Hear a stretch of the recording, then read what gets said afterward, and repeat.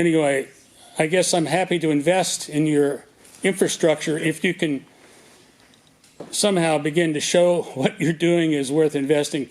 You know, in the stuff that's gone on with your board and with your superintendents, I don't know what to attribute that to. Is that just by chance, or is that the way you hire people?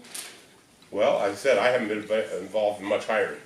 Now, going forward, I'll take the hit for being a part of that, but that previous superintendent wasn't hired by me.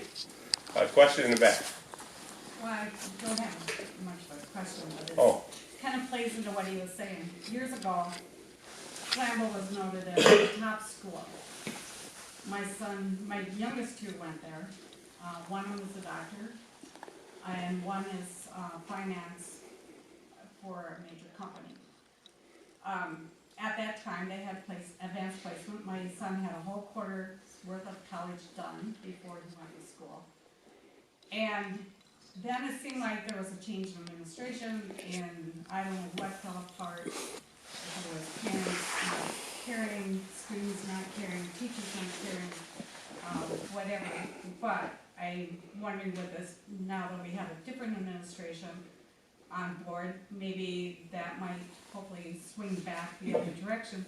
Plus, public health did a public grant to, in regards to character development, and I believe that's being done in the first 8 grades. Yeah, that's it has a name, but yeah. And by doing that, character building, the kids are going to hopefully feel that school is more worth it, maybe produce better grades and learn more, because supposedly that's supposed to reduce the bullying and things like that, which has been a problem in all schools. So. Yeah, I think that Character Strong is the program they're using down there, and I know one of the things you talked about here was the reduction in force that potentially could take place with the lack of that funding.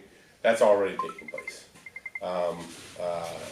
We have an enrollment that has declined, so you're going to see a reduction in that force, and a lot of time has been spent on shoring up time for guidance in that program down there, and they're looking at adding another individual part-time to that, because I guess they feel like they've seen a lot.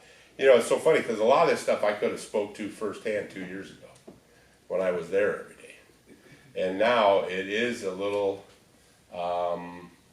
frustrating by not being there on a daily basis and only getting feedback like you, or whatever gets reported to me, where I kind of preferred when I could walk around and get my own information.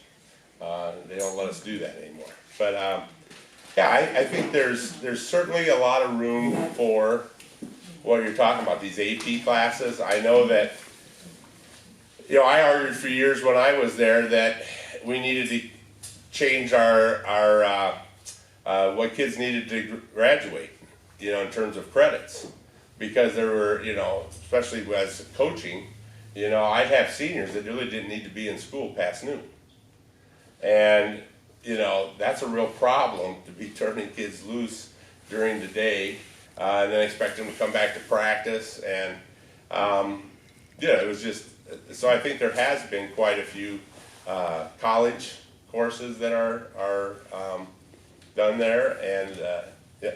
You just have to know that they are still doing that. Yeah, they are. Our kids are all getting college educations their last 2 years. Yeah. There's hardly any kid who doesn't, if they apply themselves, they're allowed 18, 24 credits to this day out of Flambeau, and they are taking it if they want it to no cost.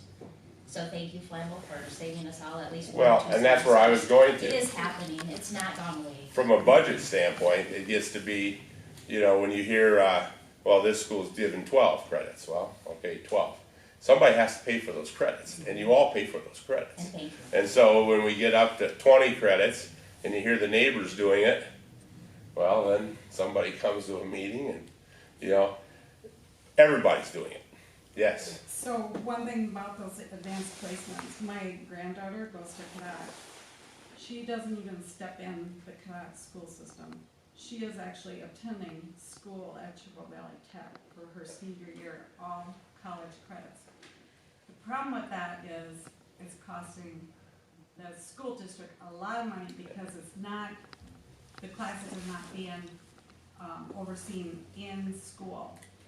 And so they're re-looking at that, so I mean, if we're gonna continue AP classes, we need to be able to have somebody monitoring those Yeah. classes from in school, because it's gonna save us money and give the kids a better opportunity. And I think that's what you find out a lot of times, if you're closer in proximity to those places, you have a higher rate of kids attending those classes, just because they're closer. Fortunately or unfortunately, you know, we're in a place where it makes it a little bit more prohibitive for kids to go and attend those classes, but they are still offered, and like I said, you know, I know Boo is, you know, came back from her baby time early to this last semester offer those classes from the tech ed